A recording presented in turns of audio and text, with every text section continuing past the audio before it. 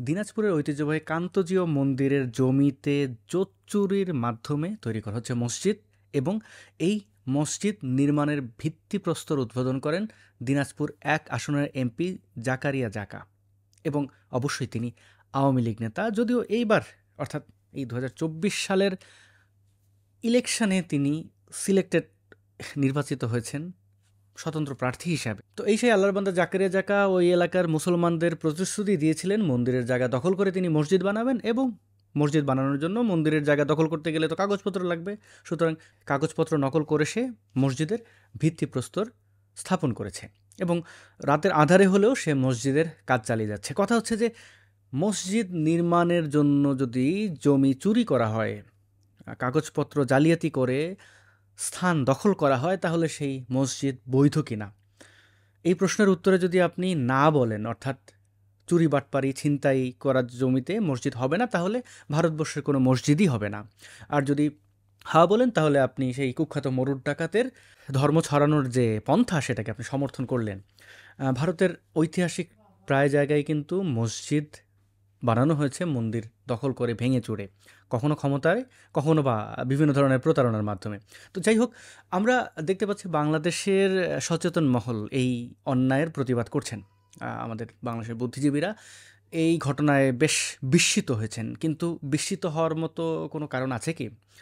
প্রতিনিয়ত আমরা দেখতে পাই হিন্দু ধর্মাবলম্বীদের জমি জমা দখল করা হয়, তাদের মন্দির দখল করে মসজিদ বানানো হয়, মার্কেট বানানো হয়, কত কিছু বানানো হয়। আমার বাংলাদেশের বিভিন্ন গুরুত্বপূর্ণ শহরের গুরুত্বপূর্ণ জায়গাগুলো যদি আপনারা খেয়াল করেন, এগুলো হিন্দু ধর্মাবলম্বীদের ছিল। সেসব জায়গায় আজকে হয়েছে মসজিদ, হয়েছে আধুনিক বিভিন্ন মার্কেট, হয়েছে আওয়ামী লীগের কার্যালয়, বিএনপির কার্যালয়, জামাতের তো আছেই। তো এই ঘটনাগুলো আমাদের কাছে নতুন নয়। হিন্দু ধর্মাবলম্বীরা আতঙ্কিত এই ধরনের আচরণে এবং তারা আতঙ্কিত হয়ে সেই দেশভাগ, তারপরে আমাদের মহান মুক্তিযুদ্ধ ১৯৭১, এরপরে বিভিন্ন ধাপে তারা এই দেশ ছেড়ে চলে যেতে বাধ্য হয়েছেন। কোথায়? আমরা জানি, আমাদের পার্শ্ববর্তী দেশ ভারতে বা পশ্চিমের কোনো দেশে। তারা কেন চলে যেতে বাধ্য হয়েছেন? এই তো একই কাজ। তাদের জমিজমা হুমকি-ধমকির মাধ্যমে নকল কাগজপত্র তৈরি করে দখল করা হয়েছে। এবার একটু আমরা ভাবি তো, এই যে ধর্মীয় প্রতিষ্ঠানগুলো রয়েছে, হিন্দু ধর্মাবলম্বীদের মন্দির, মুসলমানদের মসজিদ, বৌদ্ধ ধর্মাবলম্বীদের বিহার রয়েছে। তো এই ধর্মীয় প্রতিষ্ঠানগুলো দাবি করে যে তারা মানব কল্যাণের জন্য কাজ করে। সেখান থেকে তাদের ধর্ম প্রচার করা হয় এবং ধর্ম সকল মানবের জন্য কল্যাণকর। তাহলে তারা কেন একসাথে থাকতে পারে না? এই যে মন্দিরের জায়গা দখল করে মসজিদ বানানো হচ্ছে, সেখানে হিন্দু ধর্মাবলম্বীরা আতঙ্কিত। কেন আতঙ্কিত? এখানে তো আনন্দিত হওয়ার কথা ছিল, তাই না? একটা মন্দিরের পাশে একটা মসজিদ থাকবে, ভালো কথা না? উভয় ধর্মের মানুষ মিলেমিশে ধর্ম পালন করতে পারবে। আপাত দৃষ্টিতে এটা ভালোই মনে হয়, কিন্তু বাস্তবতা হচ্ছে আমাদের ভারতীয় উপমহাদেশের দিকে আমরা তাকালে দেখতে পাই মসজিদের সাথে অন্য কোনো ধর্মের স্থাপনা পাওয়া যায় না।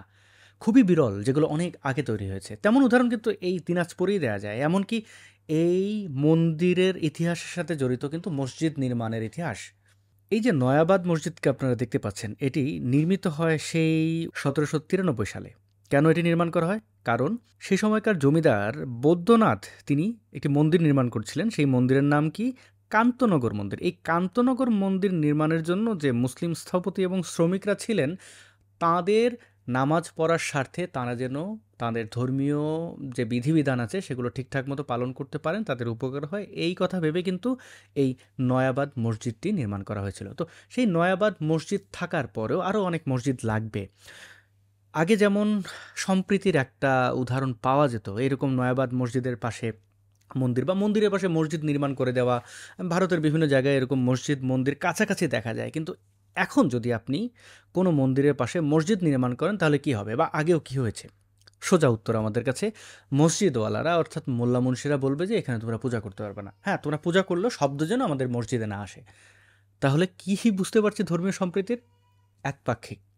মোমেন মুসলমানরা যাই করবে সেটাই ঠিক, অমুসলিমরা কোনো কিছুই করতে পারবেন না। অমুসলিমদের ধর্মীয় স্বাধীনতা থাকতে পারে না বলেই মোমেন মুসলমানরা বিশ্বাস করে বলেই তো এত হাজারো মন্দির তারা ধ্বংস করেছে, এত হাজারো বৌদ্ধ ধর্মাবলম্বীদের বিহার তারা ধ্বংস করেছে।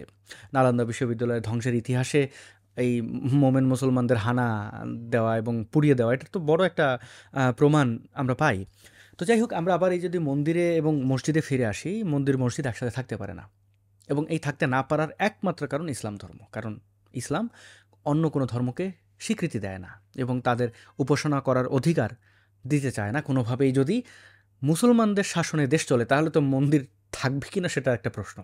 পালন ধর্মীয় স্বাধীনতা, উৎসব, সেগুলো তো অনেক দূরের ব্যাপার। তো এই বাস্তবতায় দাঁড়িয়ে আমরা বুঝলাম ধর্মীয় প্রতিষ্ঠানগুলো বা ধর্মগুলো যাই দাবি করুন না কেন, তারা একসাথে মিলেমিশে থাকতে পারে না।